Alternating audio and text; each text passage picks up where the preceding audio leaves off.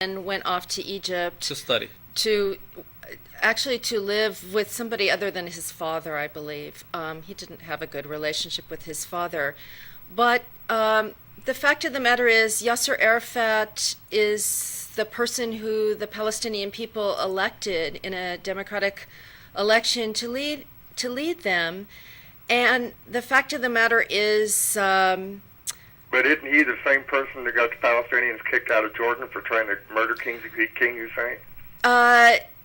that's a long and complicated story. I don't think, I mean, Yasser Arafat is a figurehead. It's sort of like talking about the President of the United States, George Bush. Sure, yeah. I mean, things are more complicated in politics than one person. It always is. And there have been problems with the Palestinian leadership, but I think, we could also say, why couldn't we just as easily say the problem for the Palestinians is Ariel Sharon, for example, or George Bush, or and I'm sure the Palestinians could make a case on their behalf. But right now, you made it perfectly clear a while ago. I don't know if we're on the same team here when we say this. The people like Hamas, right now, they have said that they will never share anything with the Jews, even right after this, and also said that they're going to build a statue for Yasser Arafat. There's a million Muslims living in Jerusalem right now that get along just fine with the Jewish people, or so I'm understanding. Well, let me tell you a couple things. First of all, let me say something about Hamas. Hamas is a political party that has actually said different things at different times. I think a lot of people think that politics works over there in a way that it doesn't here. I mean, Hamas is a political player, and all political players have to respond to their environment. And so they have said different things at different times, just as one could say the same thing about Israeli politicians or American politicians. I mean, Ariel Sharon, after all, made this statement that, he said to his cabinet, what do you want to do? Keep these people under occupation forever? I know you don't like that word. Then he had to retract it. Especially in a conflict situation, politics is very unstable, and so people say different things at different times. Now, Hamas is a political player. It's very powerful right now in Gaza, not so much in the West Bank, and its fortunes are tied very much to what is happening on the ground in the same way the Palestinian Authorities is, or any number of the political parties that exist inside the Palestinian territories today. I want to just say one other thing. It is true that up until even during after the war had started, there were still very strong relationships among many Jews who had been in Palestine for a while and Palestinian Arab families. I know that from stories that people tell me, and there is a memory to be collected, I think, and documented still of those very deep friendships. So I think that shows us again that this conflict in the form that it takes now is very recent. It is not an eternal conflict, and it does not go back centuries. It is a very, not just modern, but very recent conflict. Nationalism than religious, actually. Thank you, guys. I really Hey, enjoyed Jimmy, talking thanks. with you. Thank Bye-bye. you. Thanks. I'm going to take Roy in line 2. Yeah, how are you doing? How are you, sir? Fine. To your guest there, she was on her last comment. She was talking about that the reason the Arab world is a hotbed and it's the United States who agrees with this hotbed. That issue I would like to address. How much money do the oil revenues, do the sheikhs put in to invest in the economy of their people for the future?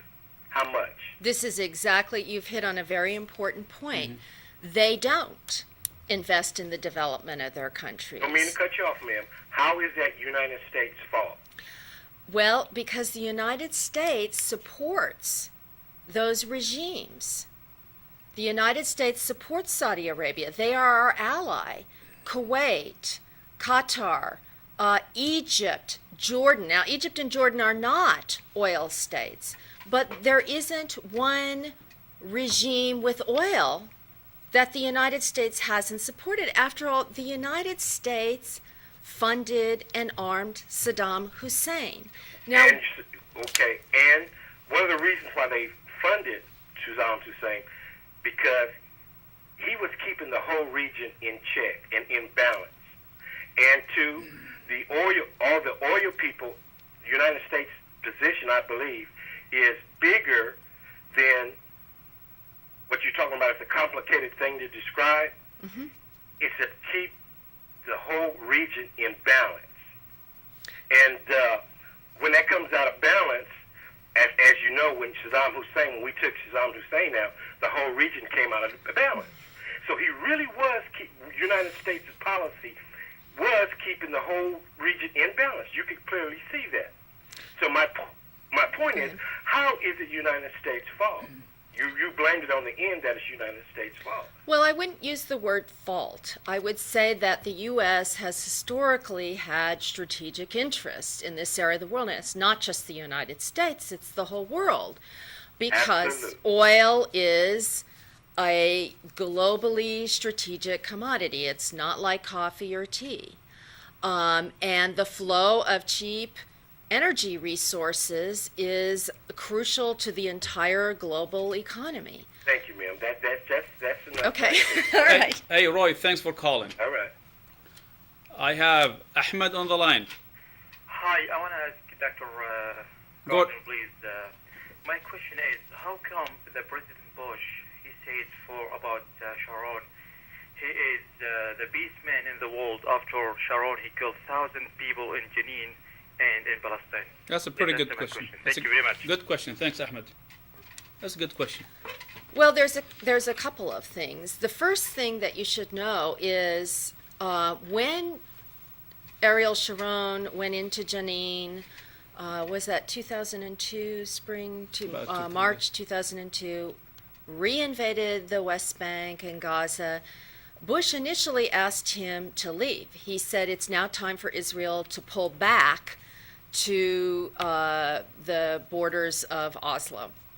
What happened then is very interesting. Pat Robertson and the organized Christian right wing in the United States called on President Bush, and that's when the man of peace comment came after that. So he was under political pressure from his core constituency.